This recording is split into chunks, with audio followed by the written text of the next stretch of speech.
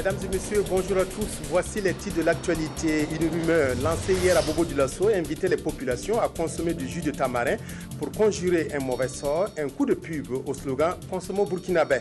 Les concours directs de la fonction publique ont démarré ce matin sous les signes de la vigilance contre la fraude avec l'adoption d'une batterie de mesures. Mais tout d'abord, le 16e sommet des chefs d'État et du gouvernement du mouvement des pays non alignés s'est achevé hier par l'adoption d'une résolution sur la crise syrienne en Iran. Ce sommet a permis aux pays organisateurs de reprendre la main dans la gestion d'un certain nombre de décisions comme la création d'un poste permanent pour l'Afrique au sein du Conseil de sécurité des Nations Unies. Le président du Faso, Blaise Compaoré, en prenant part à cette rencontre, a donné la vision du continent sur la résolution d'un certain nombre de problèmes. Le compte rendu de nos envoyés spéciaux Alassane Zéo, Arsène Evaris Kabore. Téhéran, capitale de la République islamique d'Iran. C'est cette cité d'environ 12 millions d'habitants qui a abrité le 16e sommet du mouvement des non-alignés. Créé en 1961, le mouvement des pays non-alignés compte de nos jours 120 membres et une quinzaine de pays observateurs. Arrivé le 29 août dernier dans la capitale iranienne, le président du Faso a pris part à ce sommet aux côtés d'une trentaine de ses pairs. Prière, message de bienvenue du guide de la révolution et Mohamed Morsi, président égyptien et président en exercice du mouvement des non-alignés, ouvre la cérémonie. Morsi donne le ton en s'en prenant aux dictatures à travers le monde qui empêchent l'expression des peuples.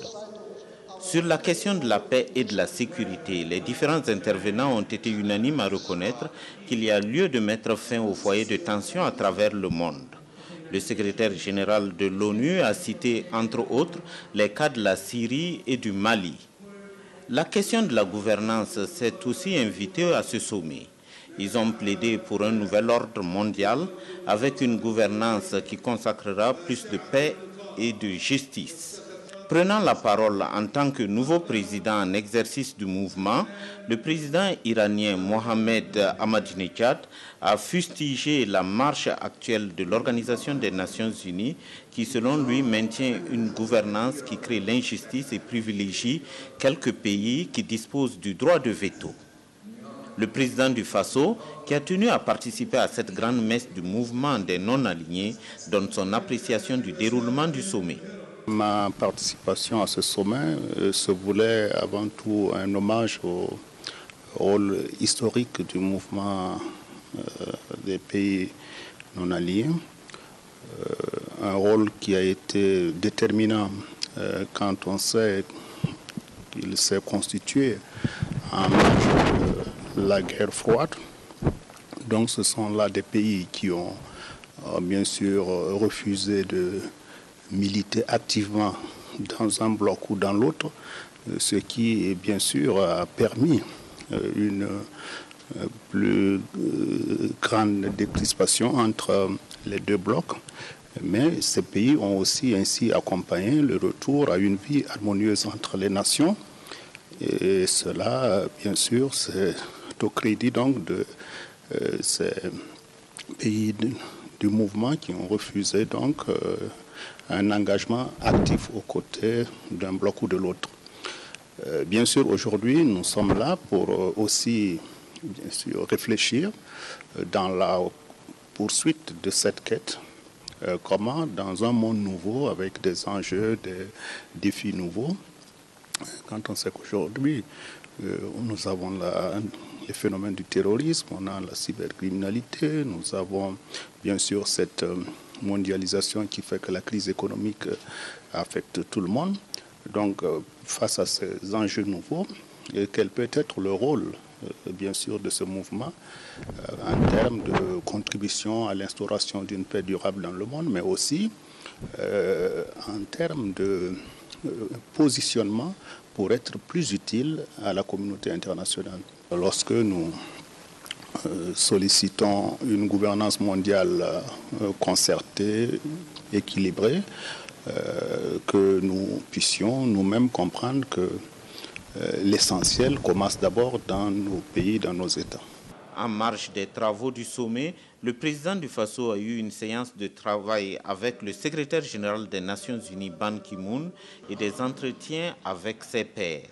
Dans ce genre de sommet, nous avons beaucoup de rencontres parce que nous parlons à tout le monde dans les salles à côté, que ce soit le président Museveni, Bozizé, Karzai, le Libanais, etc.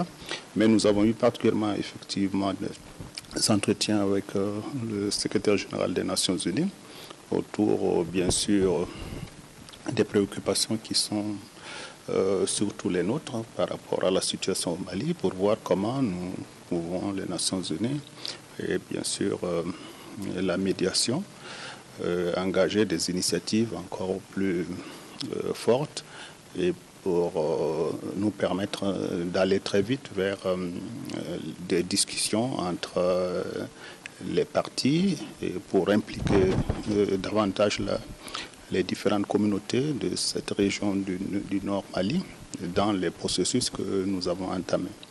Bien, avec l'Iran, vous devez savoir que c'est un pays qui partage avec nous beaucoup de convictions quant à la nécessité d'une coopération entre pays, bien sûr, du Sud. Et nous avons aussi évalué avec le président iranien les possibilités donc, du renforcement de cette coopération. Les conclusions des travaux sont attendues ce soir même à l'issue de la clôture du sommet. C'est parti pour les concours directs de la fonction publique. Le top départ a été donné ce matin au lycée Philippe Zenda Kaboré par le ministre de la fonction publique, du travail et de la sécurité sociale, Sungalo Apollinaire Ouattara. Vous le savez déjà, environ 140 000 candidats vont à l'assaut des 5 409 postes à pourvoir. Les concours de cette année se tiennent sous le signe de mesures particulières pour éviter la fraude. Reportage Yacouba Goro. Si une feuille de ces gens manque, nous recommençons. Ça peut éviter que le pétrole ne coule. Et c'est parti pour les concours de la fonction publique. En allant dans ces centres de composition, le ministre Sungalo Apollinaire Ouattara a tenu non seulement à donner le top de départ, mais aussi à être témoin du déroulement des 10 concours. L'objectif est d'assurer l'égalité de chance entre les candidats en luttant contre toute tentative de fraude. Pour cela, des consignes ont été données. Nous avions donné comme défi de pouvoir commencer effectivement à cette heure-là, à 7h30. C'est cette consigne-là qui a été donnée dans les 13 régions, puisque les concours s'organisent de façon déconcentrée. Je voudrais à cette étape-là féliciter les organisateurs qui ont pu tenir donc ces défis sans trop faire attendre les candidats. Et je pense aussi le second défi, c'était que chaque candidat puisse retirer sa salle d'examen sans que nous soyons obligés de créer des salles complémentaires qui n'étaient pas prévues. Au lycée Philippe Zenda Kaboré et au lycée Marianne Gouabi, comme dans les autres centres, les candidats déjà installés ont pris connaissance des tests de niveau et psychotechniques, de concours d'infirmiers brevetés et d'agents itinérants de santé. Des sujets sont toutefois imprimés sur une fiche unique afin d'éviter toute tentative de fraude. Nous ne pouvons pas continuer dans cette anarchie si chacun vient pour son gain et on laisse faire. Ce n'est pas normal. Le concours doit répondre vraiment à un objectif. Faire en sorte que l'égalité des chances soit vraiment garantie. Mais que des commissions parallèles ne se créent pas ou que des gens qui se lèvent le matin apprenant qu'il y a un concours ici et viennent pour s'infiltrer dans le système et aller revendiquer de façon intempestive une prise en charge. Je crois que cela n'est pas normal. Mais l'essentiel, réjouissons-nous que tout se passe bien pour cette première journée et que le reste également puisse continuer de la sorte et qu'il n'y ait pas d'erreur de toute nature qui puisse survenir. Cette année, sur les 405 968 candidats potentiels au plan national, seulement 133 573 vont composer pour les 5 409 postes à pourvoir. Les concours prendront fin le 10 septembre prochain. Dans les Hauts-Bassins, les concours directs session 2012 sont également bien lancés. Dans cette région, plus de 51 000 candidats sont sur les rangs pour décrocher l'un des postes en jeu. Notre équipe de reportage a pu constater l'effectivité du démarrage de ces concours. Suivons donc le reportage de Rokia Sanou. Le lycée Ouézen Koulibaly est l'un des centres de composition des concours directs de la fonction publique, session 2012 dans les Hauts-Bassins. Ces centres régionaux ont en charge 51 380 candidats sur plus de 300 000 au plan national. Et pour cette première journée, 6 concours, dont les agents itinérants de santé, les garçons et filles de salle, les techniciens d'État en génie sanitaire, les préparateurs d'État en pharmacie et les manipulateurs d'État en électroradiologie sont au programme. Pour un début, à 7 heures, déjà les candidats étaient en salle. Bon, il n'y a pas eu de difficultés majeures comme ça à mettre les candidats en salle, alors que c'est tout le problème comme ça. Si vous arrivez à contenir les candidats dans les salles, bon, le reste maintenant, on attend le top de départ pour commencer. Et vous voyez qu'à 7h30 déjà, on a commencé. Pour le bon déroulement de ces concours et la garantie d'une égalité de chance à tous les candidats, des dispositions sécuritaires ont été prises. Dans chaque salle, nous avons 2 surveillants. Les surveillants ont reçu des consignes fermes. D'abord, pas de documents dans la salle. Pour ce qui concerne les candidats, les portables des candidats sont éteints, donc pas de possibilité de manipulation. Et la surveillance aussi doit être de près. Chacun est informé parce qu'on a dit les consignes et redit les recommandations.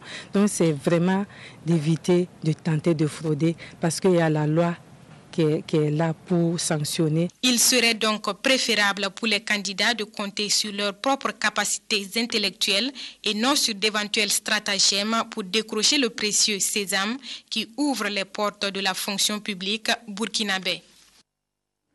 La rumeur peut tout faire et surtout inciter à consommer burkinabé. Tenez, hier matin, les habitants de Bobo ont été invités à boire du jus de tamarin afin de conjurer un mauvais sort et tout un chacun y est allé de sa grande rasade. Mais tout cela était monté en épingle. Précision William Achille Kabori. Il est dans la nature des rumeurs d'enfler la pâte à pain soulevées par la levure, disait Éric Orsena. Celle qui a envahi la ville de Sia tôt le matin du vendredi 31 août était aussi de taille. Et selon cette rumeur, il fallait boire du jus de tamarin, sinon l'on s'exposait à un malheur imminent. Hier, on m'a appelé vers 1h30. J'étais au service. Voilà, me disant que non, que je pouvais revenir à la maison pour boire le fameux jus en fait. Moi, je disais en tout cas, il ne pouvait pas sortir, puis il s'est coincé. Il y avait des vigiles à la porte, il y a des contrôles tout autour. Bon. Ce matin, je suis descendu. Arrivé, on m'a tendu le jus. Bon, j'ai bu. Ouais, mais honnêtement, je ne sais pas à quoi ça signifie en fait. J'étais de passage et un monsieur communiquait au téléphone et il disait à son ami qui était envoyé que n'oublie pas de boire le jus de tamarin, mais je ne comprenais rien du tout. Au marché, quand je suis arrivé, je voyais également que les gens parlaient beaucoup de ça, mais franchement, je n'avais pas une idée claire là-dessus. Jusqu'à présent où je vous parle. Bon, moi-même, j'en ai payé, j'ai bu, j'ai voulu enfermer ma famille, mais bon, je suis un croyant, je me suis dit que non, bon, c'est Dieu qui protège. Selon toute vraisemblance, cette rumeur proviendrait d'un imam et la communauté musulmane apporte sa part de vérité. Quelqu'un m'a demandé qu'il y a eu des gens qui se sont téléphonés en disant qu'il y a un malheur si on ne boit pas le tamarin, que cette malheur-là va tomber sur nous à Bobo ici. Donc ils se sont mobilisés et puis faire des communications. Bon, jusqu'à les gens ont acheté des tamarins. Présentement même, pour trouver ça, vraiment c'est difficile. Or c'est faux. Personne n'a dit ça. Et puis ils ont dit que c'est notre grand imam, Imam Siaga, qui a dit ça. Moi j'ai demandé le grand imam. Ils disent que lui n'est pas au courant. C'est faux. Donc les gens, il ne faut pas qu'ils prennent des trucs comme ça.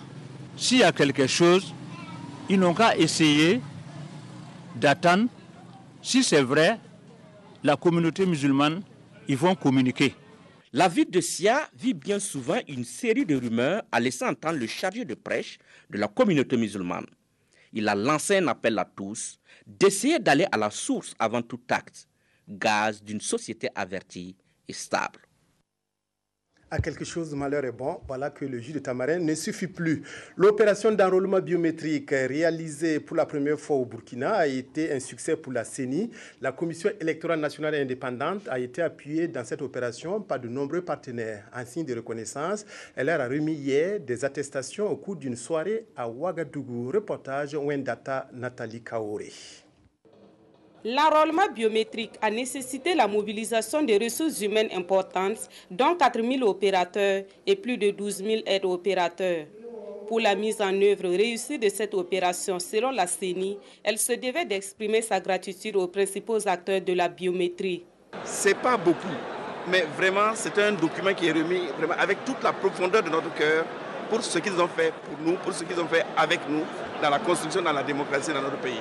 Au-delà de l'aspect pécunier, les jeunes disent avoir vécu des expériences enrichissantes dans cette aventure et la reconnaissance de la CENI les honore davantage. Près de 2000 opérateurs se retrouvaient, revivent des moments qu'on a eu sur le terrain. Je crois qu'il n'y a rien de tel.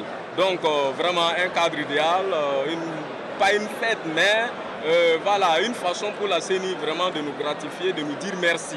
Voilà, donc on ne peut être que fier et heureux. Ça m'a permis aussi de comprendre comment le Burkina Faso profond fonctionne. Et c'est vraiment un honneur pour moi d'être aujourd'hui récipiendaire. Vraiment, c'est un honneur pour moi d'avoir reçu cette reconnaissance. L'enrôlement biométrique est terminé et la CENI se dit satisfaite des résultats. Mais cette satisfaction ne sera totale que si le taux de participation aux élections est à la hauteur des attentes.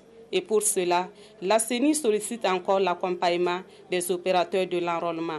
Eux qui ont travaillé et qui sont un peu les auteurs de ce travail-là, je pense qu'ils comprendront que c'est bien pour eux de nous accompagner par un travail de sensibilisation de la population afin que tous ceux qui ont leur carte d'électeur puissent effectivement le 2 décembre aller aux élections. La soirée de reconnaissance aux opérateurs de la biométrie a été ponctuée de prestations artistiques dont le contenu rappelle la nécessité pour les citoyens de participer à tout processus électoral pour un ancrage de la démocratie au Burkina Faso. Une contribution de plus dans le reverdissement du couvert végétal du Burkina, le conseil municipal de Saba, commune rurale située à quelques encablures de Ouagadougou, vient de lancer sa campagne de reboisement. Les 23 villages de la commune mettront en terre plus de 1400 plants. Reportage de Yolande Lompo. C'est le CSPS de Niako 1, situé dans la commune rurale de Saba, qui a été choisi par le conseil municipal de la dite commune pour le lancement de sa campagne de reboisement.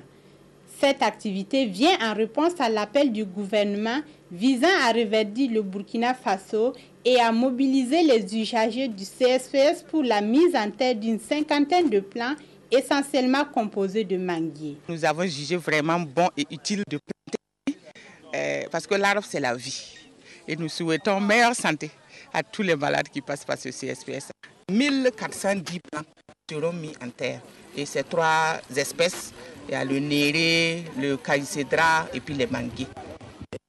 Nous avons visé les lieux publics comme les CSPS, les écoles, certains marchés, aussi les familles. 23 villages de cette commune rurale sont concernés par ce reboisement et des comités de gestion seront installés en vue de veiller sur ces plans. Le phénomène du blanchiment d'argent et du financement du terrorisme au sein d'une formation de journalistes ouest-africains qui vient de se tenir à Praia au Cap-Vert. C'est une initiative du groupe intergouvernemental d'action contre le blanchiment d'argent GIABA. Objectif, susciter auprès des hommes de médias des réflexes de veille et de plaidoyer dans la lutte contre ces fléaux. Reportage à Praia, Drissa Seri. Le blanchiment d'argent et le financement du terrorisme sont des phénomènes mondiaux qui ont des conséquences dévastatrices, dont la mauvaise gouvernance, l'instabilité économique, les menaces pour la paix et la sécurité. À cela, il faut ajouter toutes sortes de distorsions sociales. Devenus plaque tournante du trafic de drogue, certains pays ouest-africains étaient considérés il n'y a pas longtemps comme des États narcotrafiquants. Dans l'actualité, la situation au Nord Mali et au Nigeria avec le groupe Boko Haram amène à redouter les conséquences de ce fléau sur le développement de la région. C'est pourquoi le groupe intergouvernemental d'action contre le blanchiment d'argent en Afrique de l'Ouest, JIABA, a décidé de sensibiliser les journalistes lusophones et francophones au phénomène de blanchiment des capitaux et de financement du terrorisme. Les journalistes ont un rôle extrêmement important à jouer, notamment en termes de sensibilisation du public, mais aussi, on ne le dit pas assez, mais en termes de plaidoyer envers les décideurs, parce que la plupart des informations, la plupart des communications relatives à des cas de blanchiment se font à travers la presse. Donc il est important de les outiller aussi dans les techniques non seulement d'investigation en termes de blanchiment, parce qu'il faut aussi initier les journalistes dans l'investigation pour le blanchiment, mais aussi leur donner les éléments leur permettant d'affiner leur communication. Aperçu du blanchiment de capitaux, financement du terrorisme, prolifération des armes de destruction massive, rôle des médias et les 40 recommandations du GAFI, Groupe d'action financière internationale, les techniques et les méthodes d'investigation de lutte contre le blanchiment d'argent et le financement du terrorisme, plusieurs communications étaient au programme de cette session. Une session organisée autour de tables rondes, véritable tribune d'échange entre experts et journalistes qui a permis d'apporter des réponses aux préoccupations en matière de techniques d'investigation, d'éthique et de déontologie dans le traitement de l'information liée aux crimes économiques et financiers. C'est des questions qui se posent dans mon pays avec les questions de détournement, les questions de blanchiment. On les aborde parfois, on les aborde tous les jours sans avoir au préalable les outils nécessaires pour faire ce travail. C'est à ce niveau-là que ce séminaire est assez pertinent parce que ça nous dote d'outils qu'on n'avait pas. Il y a des erreurs qu'on faisait dans l'appréciation de ce travail, on ne le fera plus. Il arrive un moment où la Guinée est considérée comme un pays, une plaque tournante même du narcotrafic dans la sous-région ouest-africaine. Avec cette formation organisée par le groupe intergouvernemental d'action contre le blanchiment d'argent en Afrique de l'Ouest, je pourrais désormais dépister quelques tentatives de blanchiment d'argent. Je pourrais surtout mener des investigations dans ce sens. Ici au Cap-Vert, on parle beaucoup de blanchiment de capital, on parle beaucoup de trafic de drogue. Pour moi, être ici dans ce séminaire, c'est très important pour changer d'opinion avec mes collègues, mais aussi de prendre beaucoup de choses nouvelles, surtout avec les présentations sur la question de recherche, de faire des investigations dans cette domaine. Résultat très attendu, les participants se sont réjouis de la création du réseau des journalistes engagés dans la lutte contre le blanchiment d'argent et le financement du terrorisme. Ce réseau compte en son sein plusieurs journalistes capverdiens. Cela est d'autant important que le Cap-Vert, pays sans ressources qui tire ses revenus principalement du tourisme, soit 28% du produit intérieur brut, présente l'un des indices de développement les plus élevés d'Afrique. Même si la diaspora, les Cap-Verdiens sont plus nombreux à l'extérieur, ils contribuent beaucoup. De forts soupçons de blanchiment et de trafic de drogue pèsent sur ce pays, dont la population est estimée à 500 000 habitants, avec 150 000 qui vivent dans la capitale Praia. L'implication des journalistes capverdiens dans la lutte contre le blanchiment des capitaux ouvre une nouvelle ère dans l'assainissement de l'économie de ce pays qui brille par le charme de ses femmes,